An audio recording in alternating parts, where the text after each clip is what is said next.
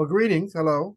I'm Milton Brewington with Brightside Promotions, and we are delighted to have an author on our program today, and Jasmine Mondesis. And Jasmine has written a book, and When She Met Chaos is the name of the title of the book. And we're delighted to have her on our broadcast, and we are open and revealing. And as Jasmine puts it, she is looking for greater power in transparency. I think that's the best way to describe it, greater power and transparency. And so if this is something that you're looking for and you're trying to contrive and cultivate it and find the power of you, then here we are. And so with that, I introduce to you Jasmine Mondesis. Welcome, Jasmine. Thank you. Tell Thank us you. about yourself. Tell us. Well, I am from Brooklyn, New York. From a young age, I was always into the creative and being artistic. I first started writing music actually when I was 10 years old. My mom gifted me a guitar, and I wrote my first song when I was 10 years old. And so that's kind of like where I started writing from. But then I kind of drifted toward, the world of poetry and, being more into that. And I think when I was a kid, I was always like introverted. I think going into high school, I was very introverted. So I feel like writing and expressing myself, that was a good way to express myself was through writing and anything like in the creative world. Very good. Well, that's explosive in its own right. And when you're young and there must be, but many people don't have the courage to ask the questions that need to be asked. Nor, Mhm. if you don't have the courage to ask those questions, then how are you going to answer them? So, Definitely. yeah. So I just want to delve into some of the subject matter topics, and you can explore the ones that you think are the ones that need to be talked about. But and then I'll start with the first subject matter, which is toxic. And toxic has its own contrived perspectives. I mean, and even from a transparent condition, toxic. I mean, we know what's not toxic. So then how do we evaluate from a transparency perspective what toxic is? Tell us about it. If you want to read it or you want to share with us your version of it, that'd be fine too. Is that okay? Tell us about it. Okay, so toxic was during a time of like I was having a lot of, I guess, relationship issues. And I think it's kind of like a paradox because I always say to myself, I want someone like um this way, and I kind of don't want someone who's kind of like a player or who kind of hurts my feelings and doesn't who isn't genuine basically. And so I find myself in this poem kind of being the exact opposite of what I want in someone else. And it's kind of like I'm being that person who is not genuine, who is playing with other people's feelings. And it's almost like a game to me. It's like, okay, well, if this is not um, you know, a mastermind, then I don't know what is. So it's kind of like a paradox. Like I'm playing with people's emotions and it's like I'm questioning myself too. Like, how can I be that person, after I've experienced that, you Mm. know? It's an interesting question when you think about, Mhm. sometimes the gift is the knowledge. Well, all the time the gift is the knowledge, especially when you come to understand who people really are. And I mean, I understand your point of view as a young Mhm. adult, as a young person, or very rarely will people share with you who they really are. It takes some power and courage and confidence to share with people, but to share with people who you really are and not be concerned about what people think. Mhm. You think what you want, believe what you want, say what you want. It won't affect me one way or the other. So, and if you feel like you're better off by, presenting that, then, all good, no problem. So is it that you're looking for a greater power? And nobody can actually possess the power over people that way, but it's Mhm. good that people have the power to share. Is that what you're saying? I think it's more so like loving the fact that people love me and kind of using it to my own advantage. And I think that was something where that raises the question of like, okay, I should be happy in someone doing that, you Mhm, know?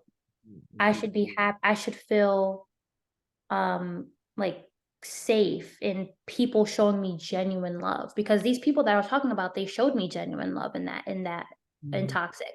mhm, And I think for the first time I kind of felt myself being the bad guy because I'm like I said before, like I want someone genuine. I want someone that has true intentions, but then I'm not showing them that, you mhm, know? I'm for once I'm being the bad guy. I And see. it's like, why? You know? Yeah, yeah. I mean, but in that regard, if I'm understanding you correctly, even if you show me that you're a real devious mind and you give me the confidence from your perspective to know that I can handle that and I can handle you with the devious mindset, and but it's not going to affect my perspective of you or myself any different. Mhm, Who cares? It's all good. It's a place of being. It's a place mhm, of being. I mean, and so that's interesting. That's interesting. So let's move on to the next waiting. Waiting. Tell us about that. Let me read it if I can, and then mhm, so yeah, reading, and I'll read it the way I don't know if I'm reading it the way you want to share it. I've stopped waiting. I've stopped being patient. I'm in love with the little things.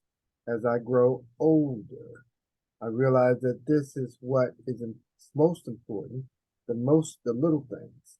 Waking up to see the sun at its brightest, the birds singing the prettiest tunes, the smells of my mother's cooking intertwined with the air becomes its own. I've stopped waiting to be happy. As each day passed, I told myself it will get better soon or one day. My life was closed to any enticing moment because I allowed it. I ignored adventure. I've ignored life, but I smiled. I smiled through everything because I've known agony. I've stopped waiting to be happy when I've seen that I can be happy. The only thing hindering me was myself, mhm, how I read it, and whether or not met the threshold of what you were trying to say. mhm. So I think that for me, like a lot of the times you know how they always say like comparisons is a thief of joy. Mhm. I think that's what I sometimes struggle with. And a lot of the times it holds you back from looking at the things that you have and then looking at the things that are beautiful in its own way. And I feel like a lot of the times I'm the type of person where I would be like, okay, this is not how I want it. So I'm just going to have a negative mindset, you know? Mhm. And it's when you really sit back and you look at things, it's like, I have stuff already, you know, that I should be proud of, I should be grateful for.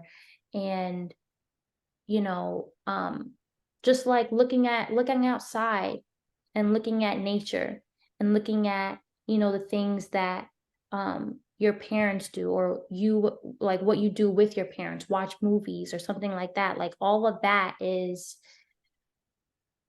great in its own. I feel like comparing yourself to a lot of things, it only just brings you like negativity and sadness. So I feel like, and there is times when I'm still doing that, but I learned to like take a step back and say, like, life can be good. Mhm. It's all about perspective and how you look at things, you know? So, I yeah. think I understand that. But I mean, now just to be able to write what you've written, now are there songs behind this? I see that you're a songwriter too, and that you're exploring the capacity to write what you've written in the form of a song. Are there any items in the book that you're thinking to do that with? Like make it into a song? Right.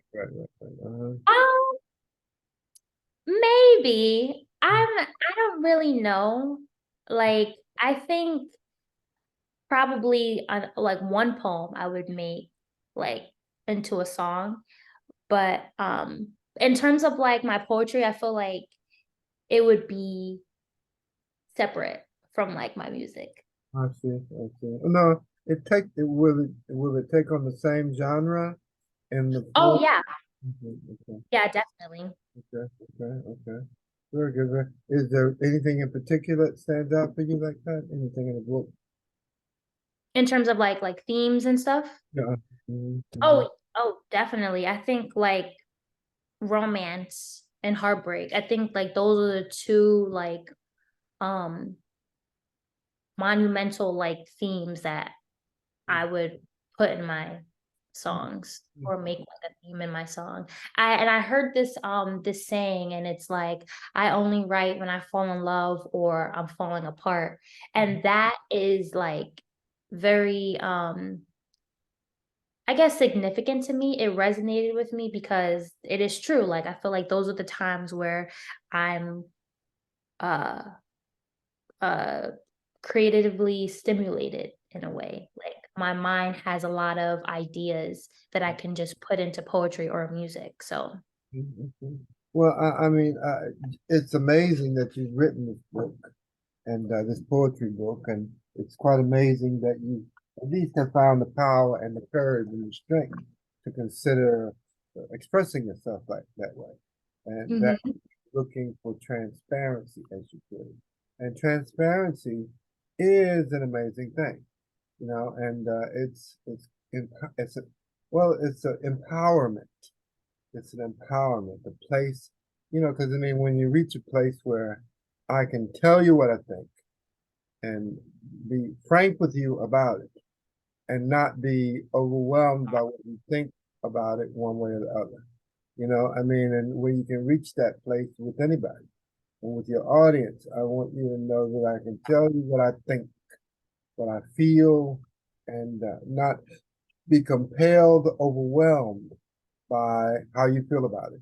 One way. mhm, Now, if we can reach a place of honesty completely, then that's great. And that's what you're looking for from your audience.